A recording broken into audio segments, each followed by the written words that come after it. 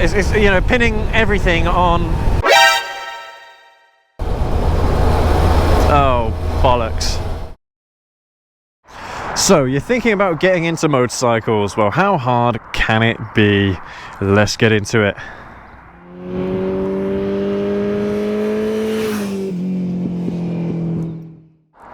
Alright guys and gals, welcome back to the channel. Hope you're all doing well. I'm out riding my Kawasaki ZH2 as I've been for the past couple of months. Don't worry, the ZZR will be coming back out soon. Very soon. I can't wait to get that bike back out again. But yeah, just during the winter months, whilst we've got loads of salt, grit and dirt all over the roads, I don't really fancy driving or riding the ZZR all that much this time of year. But anyway, in today's video, we're going to talk about getting into motorcycles and how hard is it. Now I'm talking specifically about getting your motorcycle license, you know, kind of what's involved and whether or not it's harder getting a motorcycle license than a driving license. Now there's kind of two parts of this video.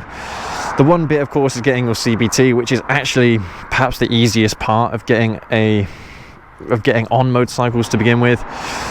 But then after that it gets a lot more complicated. So what we'll do, we'll get out on the road on this lovely ZH2 and yeah, we'll talk about this a bit further.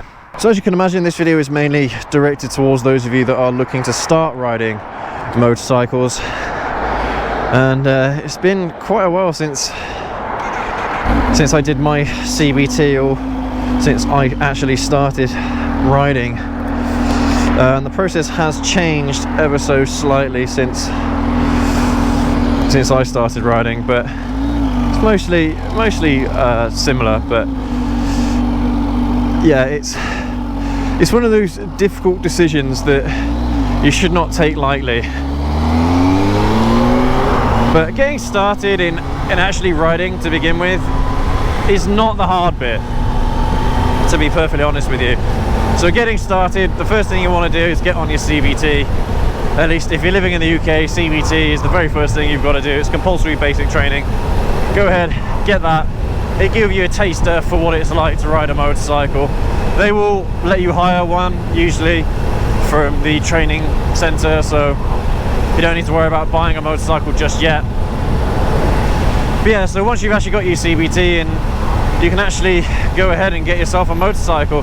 There's nothing really stopping you from getting a motorcycle before doing your CBT, but for insurance and things like that, you might find that you'll be paying a little bit more if you don't have your CBT, and some insurers won't actually insure you unless you've got a CBT to begin with. So it's one of those things to keep in mind. But yeah, if you really did want to go ahead and buy yourself a motorcycle, you know, you already know at this point you're committed to getting into the hobby, then well, I suppose there's nothing stopping you buying a motorcycle to begin with. And you can actually do your CBT on your motorcycle as well. So of course, because the CBT in the UK runs out every 2 years, so if you don't decide to go on to do your full motorcycle test, then you have to redo your CBT. Well, you can do that on your own bike. So it's entirely up to you which order you want to do it in.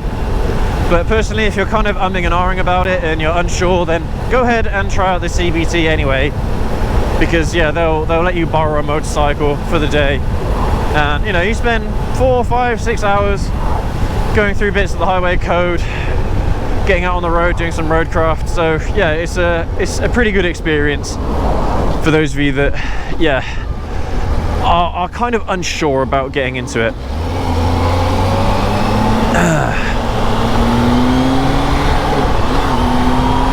All right, so anyway, we're not talking about getting a CBT, we're talking about getting a full motorcycle license.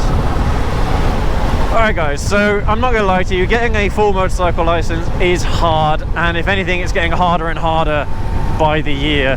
So the earlier you actually get your motorcycle license, the better. You never know when they're going to add a little bit more bureaucracy into the process and it takes too long to get it, and people just end up giving up on the idea because it's such a long drawn out process. And it is, even for me at the moment, currently, the way how I'm seeing the motorcycle tests that people have to do today, it is a long old process, and yeah, it's becoming a difficult pill to swallow more and more. So but anyway, right, so the process of getting your motorcycle license, First of all, you have to do a theory test. Now, this is no different to getting a driving license. And what we're going to try and do in this video is try and compare between getting a motorcycle license and a driving license here in the UK. And just to give you guys a full picture of what it is that you're going to be getting yourselves into if you decide to go one route or another. Now, getting a motorcycle license is harder, but getting a motorcycle is actually potentially cheaper. It'll be cheaper to run, cheaper to insure, depending on the bike you get, of course. So even if getting a motorcycle license is harder, when you actually come to get a motorcycle, it may be cost effective for you anyway, more cost effective than running a car. So it's one of those things that you want to consider. You know, do you want the simplicity, or well, the simpler path of getting a driving license and spending more money getting a car that is more practical, might I add, than getting a motorcycle? Or is it something that you just need to get you from A to B? I mean, that's a discussion you probably already had with yourself when figuring out this whole thing, especially if you're like a student and what have you. A motorcycle makes a hell of a lot of sense over a car anyway. I mean, I don't know about you guys, but when I was a student, living costs were a constant battle each and every month, you know, trying to find ways to survive, and having a motorcycle made it really, really straightforward for me traveling between campuses and things like that. I didn't have to get bus rides and all that nonsense. I hated getting the buses, it was horrible. Especially around COVID at the moment as well. Maybe a lot of you students don't actually want to catch public transport to get yourselves from one place to the next. So a motorcycle can be a really convenient way of getting yourself about. Not to mention how fun it is as well, but anyway. Alright, so moving back onto the test again. So between getting a motorcycle license and your driving license, the theory test part is the same part of the process. That's the very first thing you need to do. The theory test on the motorcycle side is ever so slightly different to a driving license. When I say ever so slightly different, there are going to be a few questions in there that are motorcycle related specifically, but for the most part it is basically the same. So this is where getting your motorcycle license becomes significantly more convoluted than getting a driving license, because you've got it in two parts. So you've got your module 1, which is in an enclosed area, and you have to do maneuvers in there, basically specific maneuvers, and you have to do them all correctly, of course. If you miss one, I can't remember if you get any second chances on any of the particular aspects of the course. That's something you might want to check with your motorcycle instructor. So you've got that part, and then you actually go on to do the normal bit that everyone recognises, and that's actually going out on the street and actually doing your practical, which is considered the second module, module 2, when you're getting an A license or an A2 license, and that's a whole other thing as well. A license and A2 license. I'll go into that in a little bit more detail in a moment. But yeah, so doing a module 1 and module 2, it doesn't pin everything on one course. You've got to pass both courses, and I don't know. I've always struggled with exams and things, so it's you know, pinning everything on one event is one thing, but then pinning it on a second is something entirely different. And that was a speed van there, which might have caught me out. Oh, bollocks. I wasn't even concentrating, damn it. I was concentrating on the video, not on my bloody speed. Oh, there you go. Shit.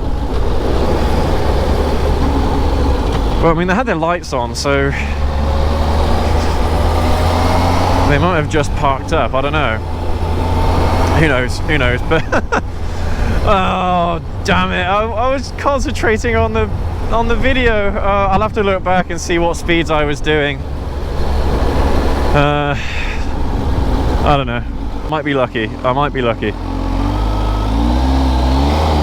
I'll let you guys know. Because here in the UK, you've got 2 weeks to send you your speeding ticket. So if it doesn't come in 2 weeks, then I'm in the clear. All right, but anyway, getting back to the main topic of today's video. All right, so yeah, there is an added process to getting your motorcycle license. That's a given. Having to do 2 separate modules instead of just the theory and the practical does add an extra element of what if kind of thing. And it adds a little bit of extra pressure onto the rider. But if there's one thing that is actually better when it comes to getting your motorcycle license, at least here in the UK, is you are not doing it over months. You know, a lot of you probably already know this, but when you're getting ready for your practical driving test, you've got a driving instructor that comes out with you and they drive with you, then they book you in for a set number of hours per week, and you spend a number of weeks preparing for your full practical test for driving. And it's a long process, and especially nowadays where driving test bookings are insanely long. You're having to wait months and months and months to actually get a slot for your driving test at the moment. And for all I know, it could be the same thing for motorcycle licensing. I'm not entirely sure on that one.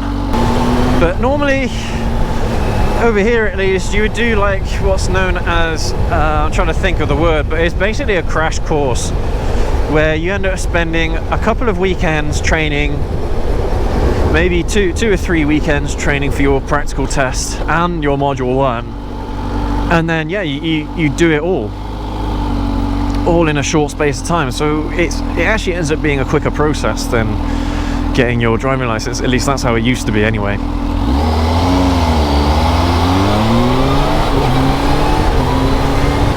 But then once you've actually got your full motorcycle license, you're in the clear, guys. So depending on your age, you'd go onto an A2 license, which obviously restricts the maximum size motorcycle you can ride. What is it, 45 horsepower, something like that on an A2 license. But after you turn 25, you automatically get put onto a full license, I think, unless you have to redo your full test again. I'm not sure about that one, but the way how it used to be for me is, yeah, you'd be on A2 for 2 years and then you would automatically go onto a full license. And obviously now it's done in age bracket, so it's not 2 years anymore, it's when you turn 25. So yeah, it's a bit more annoying there, you know, because you want to get into motorcycle, because you want to start riding a ZH2 or a ZZR or something, and it ends up being a lot more, it ends up taking a lot longer than, you know, if you did your driving license. Like for example, you do your full test and then you can go on to get whatever car you want after doing your full test. You know, you could go ahead and get yourself a Lambo or a Ferrari as your first car. I mean, if you're rich enough, why not, right? But to get this kind of power, woo, you're going to be waiting a little bit longer, unfortunately, guys. And hey, that's just one of the cons of getting a motorcycle license here in the UK. It's an absolute pain of a process, and it's getting even more complicated almost yearly. You know, it's one of those things that is constantly changing, constantly evolving. Yeah, all these government officials always seem to have new ideas about how to make motorcycling safer, and it's like, motorcycling is inherently dangerous anyway. You know, you're going to get stupid people that drive cars, get themselves into crashes. You're going to get stupid riders that get themselves involved in crashes. Cars are just safer, so you get less deaths on the road from cars per accident than you would do in a motorcycle crash. So it's just, you know, it's just maths, isn't it? But anyway, guys and girls, I'm going to leave the video here. Thank you ever so much for tuning in. If you are looking to get yourself into motorcycles, I hope this video has helped you out and at least kind of laid the groundwork for you, or a roadmap into, you know, the process of getting a motorcycle license and whether or not you're umming and ahhing about which one to do first. And honestly, I always hit with the same conundrum when I was younger, which one to do first. And I ended up doing my motorcycle license first, but I wasn't able to reap the rewards of that because I still had to ride my 125. Well, I didn't have to, I was on A2 and I could have got something bigger, but at the time I couldn't afford it. And so it worked out okay for me, but even if I could afford it, I wouldn't have been able to necessarily buy the bike that I wanted. Like if I wanted to buy a 600cc sport bike, I wouldn't have been able to. I would have had to have waited 2 years first to do it, and in that time I got my driving license. So yeah, it's certainly one of those questions that is going to be a difficult one to answer. And if there's one thing that I will tell you is don't leave it too long. Yeah, if you do decide to get your driving license first, great, go for it, but don't leave your motorcycle license too long, because by the time you get to 30 you might not want to do it. It's one of those things where life just ends up getting in the way. And you know, my dad regretted not ever getting a motorcycle license, and that was back in the day when all you had to do was show up. You know, just show up and you get a motorcycle license. So that's another reason why you should go ahead and get it sooner rather than later, because for all you know, in the next few years it might end up being more difficult to get a motorcycle license. So yeah, there's a lot of considerations here, guys and gals. And I think if you are a younger person, go ahead, get yourself a CBT when you're 16. Start riding motorcycles when you're 17, get yourself a 125. And then you can get yourself into the lifestyle straight away. And honestly, once you get into it, you're not going to go back, guys. Honestly, you will not be going back. So it's certainly worth it. Certainly worth getting into. But anyway, I'm going on a little bit here now, so I'll let you guys go. Hope you have an awesome day today ahead of you, guys and gals.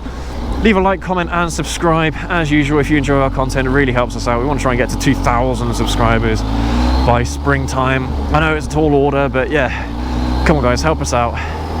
Don't know what the hell's going on here. Oh, this is for vaccines, I believe. Or maybe not, I don't know. Weird. Yeah, it must be for vaccines. But yeah, thank you again for watching, guys and gals. We'll catch you all in the next video. And like I said, I'll let you know if I get a speeding ticket or not. See you guys. Have a good one.